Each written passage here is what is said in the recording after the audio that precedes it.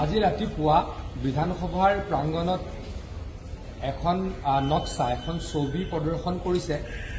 তাতে মুখ্যমন্ত্ৰী ডাঙৰীয়াক তেখেতে ধৃতৰাষ্ট্ৰ বুলি কৈছে।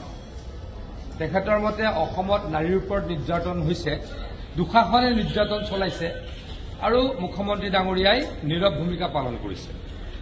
মই অসমৰ ৰাইজক ক'ব খোজো যে মুখ্যমন্ত্ৰী ডাঙৰীয়াই নাৰীৰ সুৰক্ষাৰ কাৰণে কিমানখিনি কৰিছে আৰু তেখেতে অতি দৃঢ়ভাৱে নাৰীক যোনেই গাত হাত দিছে, নাৰীক ব্যৱহাৰ কৰিছে, মুখিমূৰ কৰিবলৈ অহৰহ প্ৰয়াস চলাইছে। মই এতিয়া এটা কথা ক'ব খোজো, অসমত যিসকলে নাৰীক ধৰ্ষণ কৰে, নাৰীক দুৰ্ব্যৱহাৰ কৰে, নাৰীক অসন্মান নকৰে, মেক্সিমামেই হৈছে 90% হৈছে এটা বিশেষ সম্প্ৰদায়ৰ ব্যক্তি। আৰু এই বিশেষ সম্প্ৰদায়ৰ ব্যক্তিসকলৰ পৃষ্ঠপোষক কোন, মুখ্য পৃষ্ঠপোষক কোন? অখিল গগৈ ডাঙৰীয়া। এই বিশেষ সম্প্ৰদায়ৰ দুঃশাসনসকলৰ জ্যেষ্ঠ ভাতৃ কোন? দুৰ্যোধন অখিল গগৈ ডাঙৰীয়া। গতিকে দুৰ্যোধনকো মুখিমূৰ কৰা হ'ব আৰু দুঃশাসনকো মুখিমূৰ কৰা হ'ব। আমাৰ চৰকাৰে এই ক্ষেত্ৰত কোনোদিনেই থমকি নৰয়। মই আকৌ কৈছো, সকল দুঃশাসনে নাৰীক অত্যাচাৰ কৰে, নাৰীক ধৰ্ষণ কৰে, এই দুঃশাসনসকলৰ পৃষ্ঠপোষকতা কোনে কৰি আহিছে?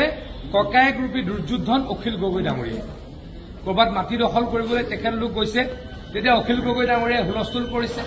ক'ৰবাত গৈ নাৰী ধৰ্ষণ কৰিছে, আৰক্ষীয়ে ব্যৱস্থা লৈছে, অখিল গগৈ ডাঙৰীয়াই আৰক্ষীৰ বিৰুদ্ধে চিঞৰিছে। আৰু কোনোবাই গৈ ডকাইতিত লিপ্ত হৈছে, পুলিচৰ লগত মাৰামাৰি, পুলিচক মাৰিবলৈ গৈ এনকাউণ্টাৰত কোনোবা এনেকুৱা ডকাইত মৃত্যুমুখত পৰিছে।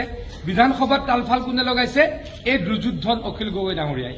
গতিকে অসমৰ আবাল বৃদ্ধ বনিতা সকলোৱে জানে যে এই বৃহৎ ব্যক্তি, যিসকল দুঃশাসন, যাক দুঃশাসন বুলি অখিল গগৈ ডাঙৰীয়াই অভিহিত কৰিছে, সঁচাকৈও তেওঁলোক দুঃশাসন, এই দুঃশাসনৰ ককায়েক দুৰ্যোধন অখিল গগৈ ডাঙৰীয়া।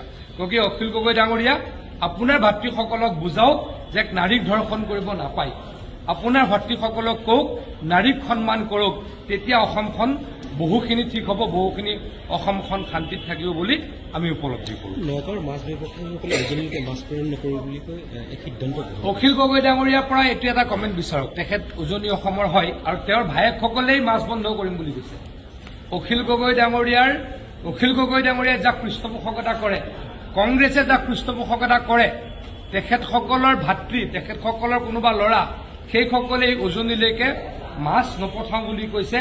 তেখেতসকলে এটা কমেণ্ট কৰক, তাৰ পাছত ডেফিনেটলি আমি নিশ্চয়কৈ ব্যৱস্থা ল'ম বুলি উজনিৰ ৰাইজক আমি আশ্বস্ত কৰিছোঁ।